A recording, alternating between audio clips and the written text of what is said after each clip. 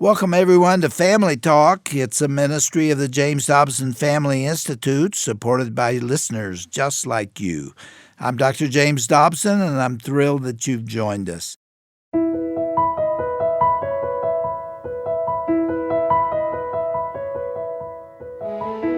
Well, welcome to Dr. James Dobson's Family Talk. I'm Roger Marsh, and on behalf of everyone here at the JDFI, the Dr. James Dobson Family Institute, thank you for making us a part of your day each and every day. Now, if you like what you hear on this program, please tell a friend. In fact, tell more than one. We exist and remain here on the air because of your prayers and faithful financial support.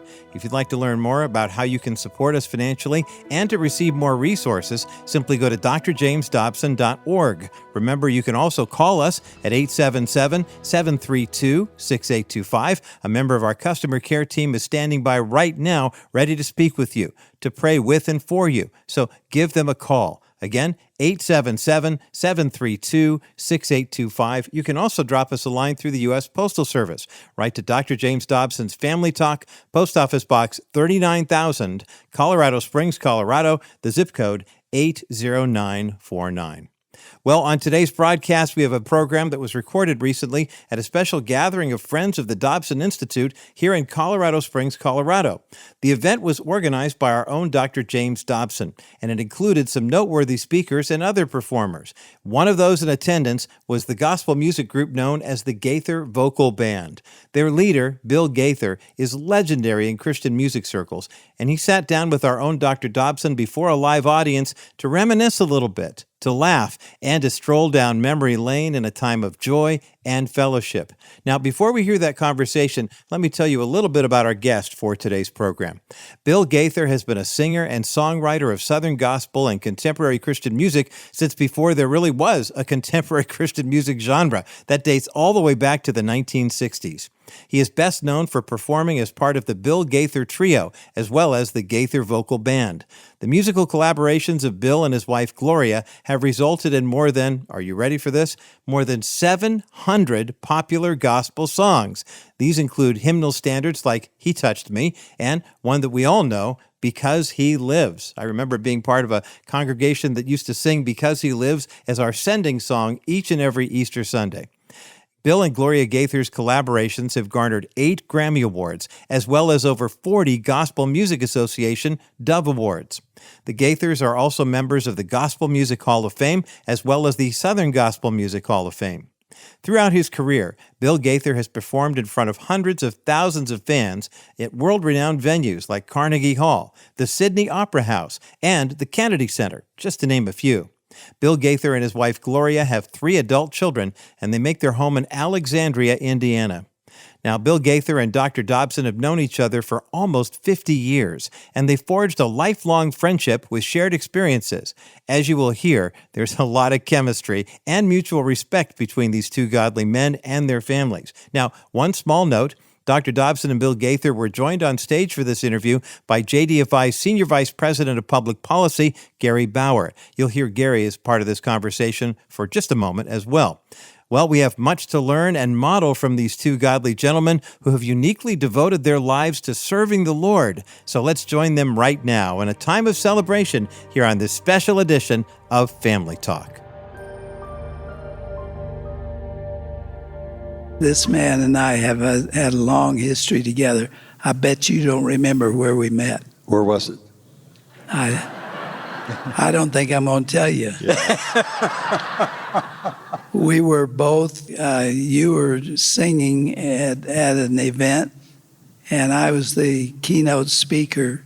It was the Christian Booksellers Convention in Atlantic City, New Jersey. And we were there that night, and we had dinner together.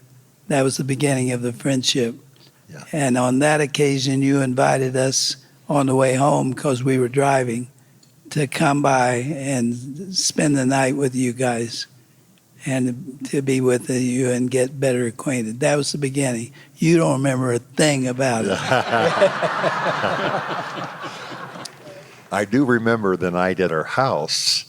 Gloria and I were newly married. I suppose We were in our 20s, so we were newly married. And she said, whatever you do. And she cleaned the house and everything was fine, great dinner and everything. She said, whatever you do, don't take them to the basement. And that night we had a storm. And we have lived in that same house for the last 55 years. The only night we ever had water in the basement was the night that Jim and Shirley Dobson came to eat with us. You had told me that Gloria would not even let you go to the bathroom upstairs because she didn't want to get it dirty and wanted it to be. Absolutely. I mean, we were going to have Jim and Shirley Dobson in our home. He had just written Hide and Seek, and you were up at Black Hawk Baptist Church speaking, I think, with David Jeremiah. So we were so excited about it, and my son Benji came up and said, Dad, there's a frog in our basement.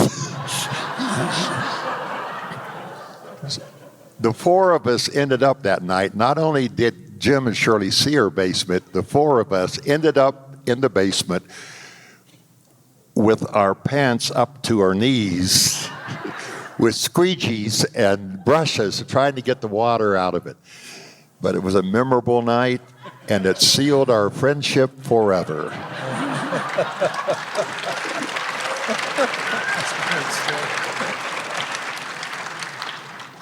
I just remember we started out that evening kind of formal upstairs, getting acquainted, and Gloria had taken everything that didn't belong up there down to the basement.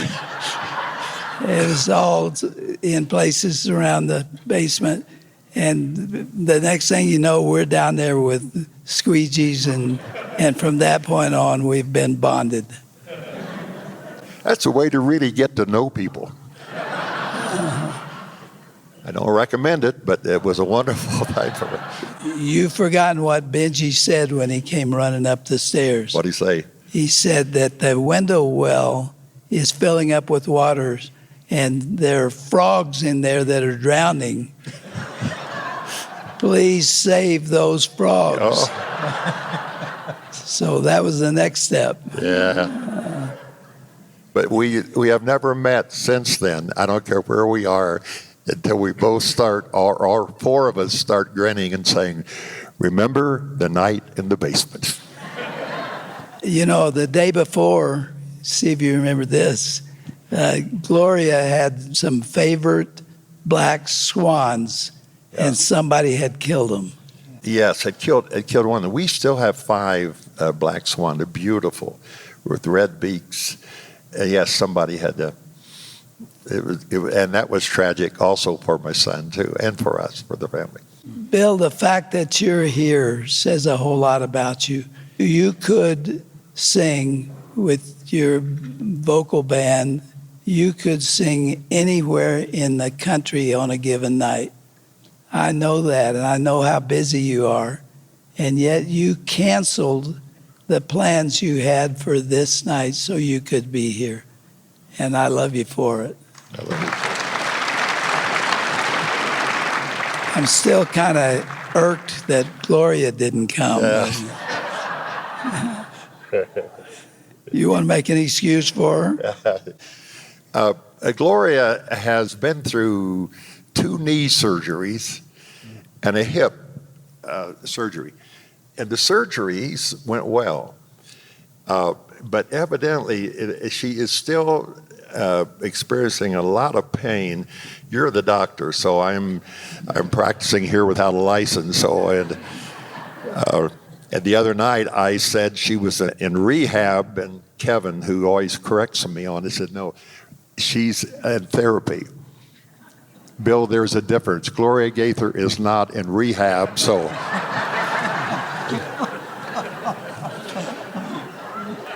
So you can put your iPhones down,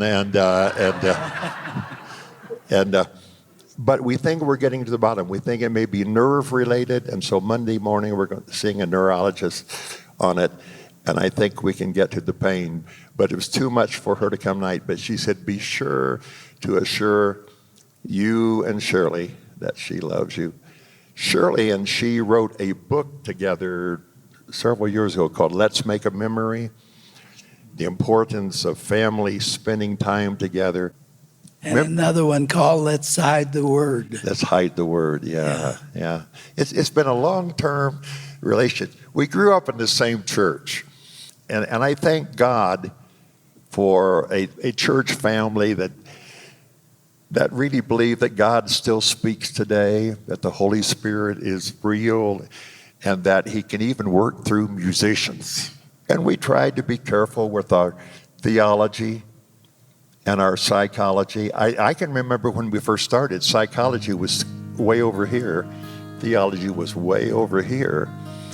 And you are responsible, I think, or one of the primary responsible people who brought good theology and good psychology together and say it makes a whole lot of sense. Thank you very much. Thank you, Bill. The psychology is still way over there. Yeah. I can tell you.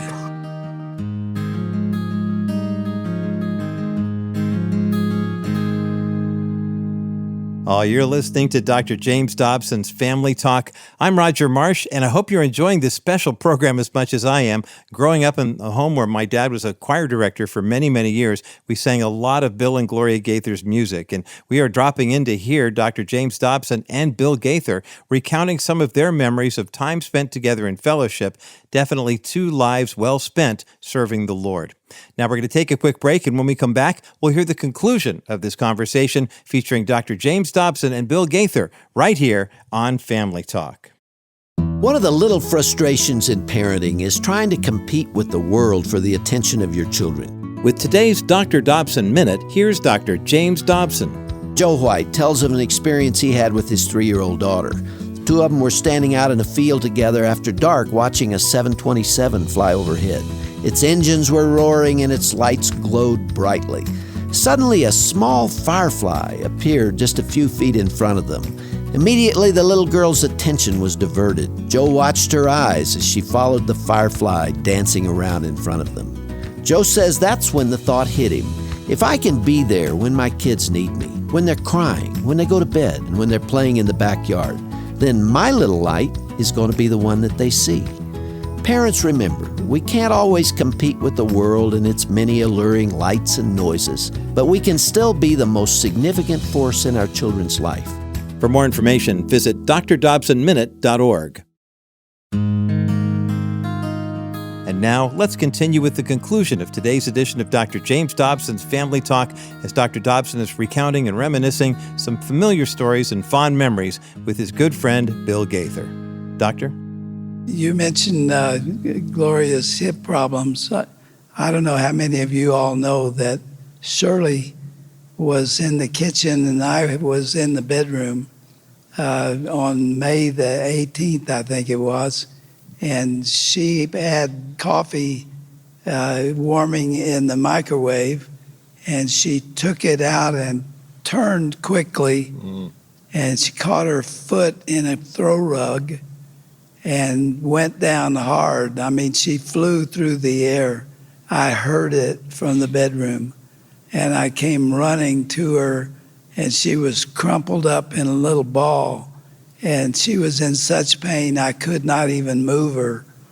And I called 911, and they came and did a marvelous job of somehow getting her in the ambulance.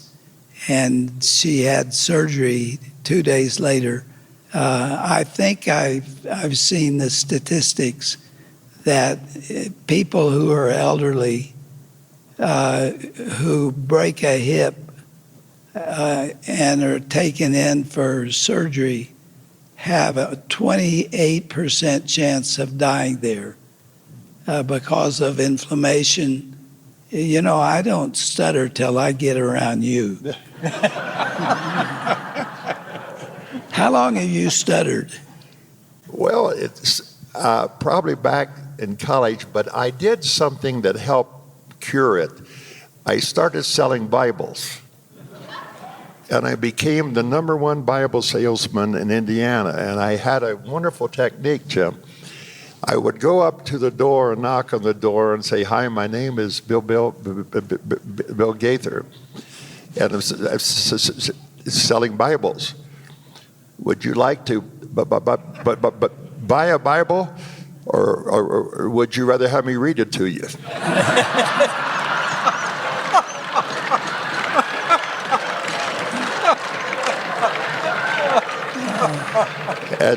And she'd usually say, "I'll take two. Just get off the porch, would you please?" So it helped me. Well, to finish Shirley's story, she had surgery and has had no pain since the surgery. It's amazing. Would you all greet my beloved wife, Shirley, in whom I'm well pleased? Shirley, would you stand?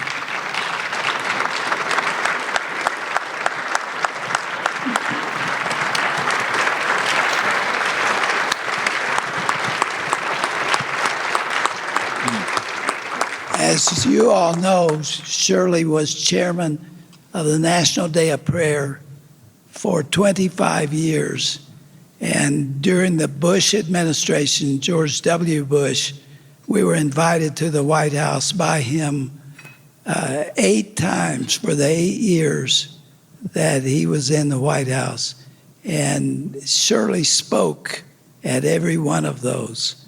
And God blessed her and used her. And she's now passed that responsibility on to others. But I watched her. She not only led the National Day of Prayer, but she's a prayer warrior. And I love her like crazy. Sure.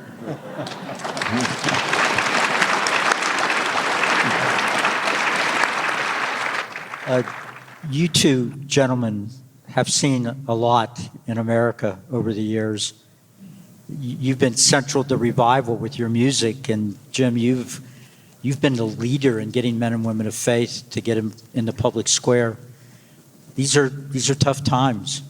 I'm wondering if either of you, on the basis of your experience, would want to offer some notes of encouragement that it's still possible to turn this country around if we turn back to God.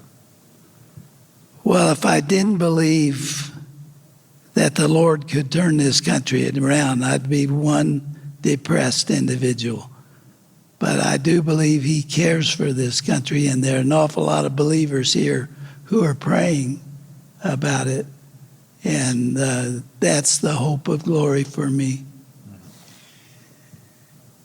Gloria and I are poets, and I'm happy, and she is happy, to have that title. Poets throw stuff out and let you fill in the blanks.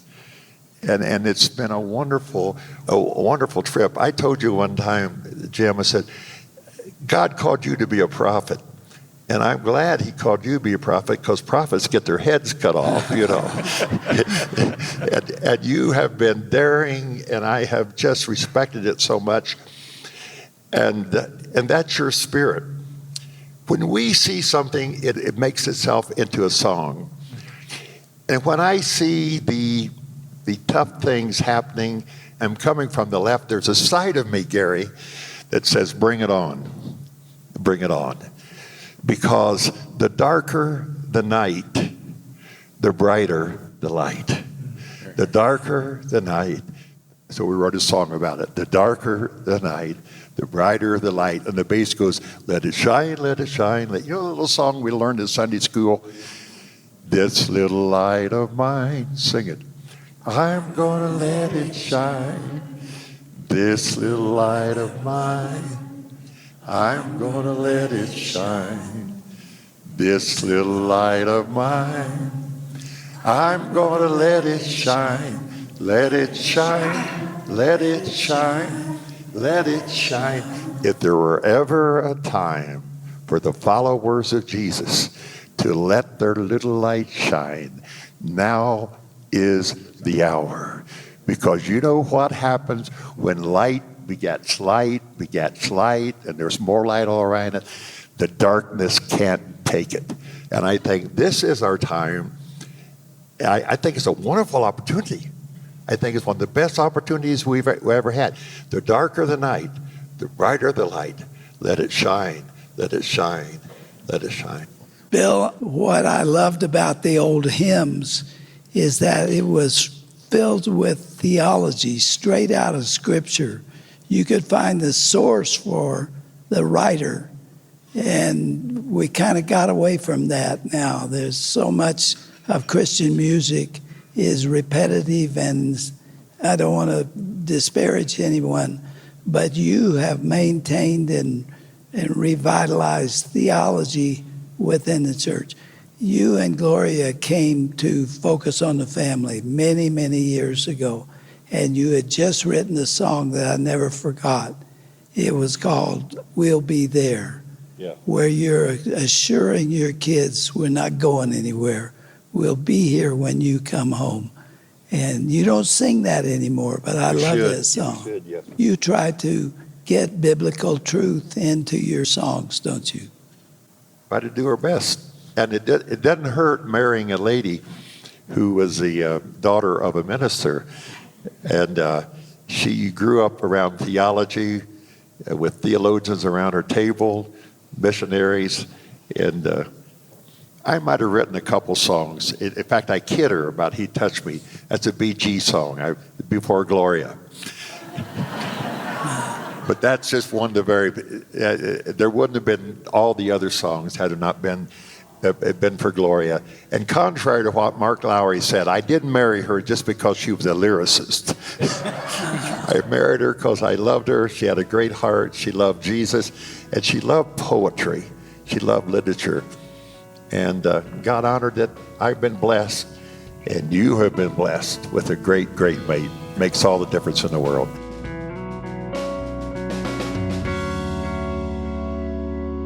Well, what an inspiring presentation from Bill Gaither and our own Dr. James Dobson right here on Family Talk. To learn more about Bill Gaither, the Gaither Vocal Band, or to access any part of today's interview so you can share it with a friend or review it in its entirety, go to drjamesdobson.org/Family Talk, or visit us online on the Family Talk app. Our broadcast page, by the way, is filled with tons of valuable information. And when you go there, you'll also find a directory of every program we have ever produced and aired here at Family Talk, so you'll definitely want to check that out. Again, go to drjamesdobson.org/Family Talk for more information. Now, we are just a few days away from Decision 2024 as Americans go to the polls to vote for the 47th President of the United States and a variety of other issues on the state and local level. One of the most popular resources that we have produced recently has been the Dr. James Dobson Family Institute Voter Guide. This voting guide features our handicapping, if you will, for the 10 swing states that are most important in this year's election, and at the same time, also taking a look at a comparison of the presidential nominees and their platforms. If you're looking for the candidate who is going to stop the World Health Organization pandemic treaty, protect free speech and defend religious liberty, support Second Amendment rights, and appoint judges who will respect the Constitution, you will definitely want to get our Countdown to Decision 2024 Presidential Voter Guide. You can do so online. It's very easy to do. Go to drjamesdobson.org/voter guide. And for more Countdown to Decision 2024 resources, you can go to drjamesdobson.org/countdown-to-decision-2024. So many Christians are asking the question these days, why should I vote in the first place? I live in a blue state and I'm a conservative person, for example. Does my vote really matter? Or I don't like both of the candidates, or I don't like the gubernatorial candidate in my state. Why does my vote even matter in the first place? Well, this is an issue that Dr. Owen Strand, our senior director of the Dobson Culture Center, tackles in a brand new ebook, and you can get this book for free today when you go to drjamesdobson.org/engage. The book is called Voting and the Church: Why Christians Engage the Public Square by Dr. Owen Strand. It's easy to read and easy to obtain as well. Go to drjamesdobson.org/engage and click the link. All you have to do is hit your email address in and click the tab that says Submit, and you'll receive a link that will allow you and enable you to download this free and compelling ebook. pray about whom to vote for and which issues to support in this year's election. Vote. By all means, get out and exercise that right to vote as an act of stewardship. And then share in the conversation. Let others know how you are feeling, how God is leading you with regard to how you vote in this year's election. It's amazing how many Christians will just sit out. Altogether, nearly 50 million Christians are not going to vote this year, either because it's too confusing or they don't want to hurt anyone's feelings. Don't be left on the sidelines. Make your voice heard and let your vote count. Well, I'm Roger Marsh. Thanks so much for joining us today here on Family Talk. We appreciate you listening, praying for us, and for your faithful financial support. Join us again tomorrow right here for another edition of Dr. James Dobson's Family Talk.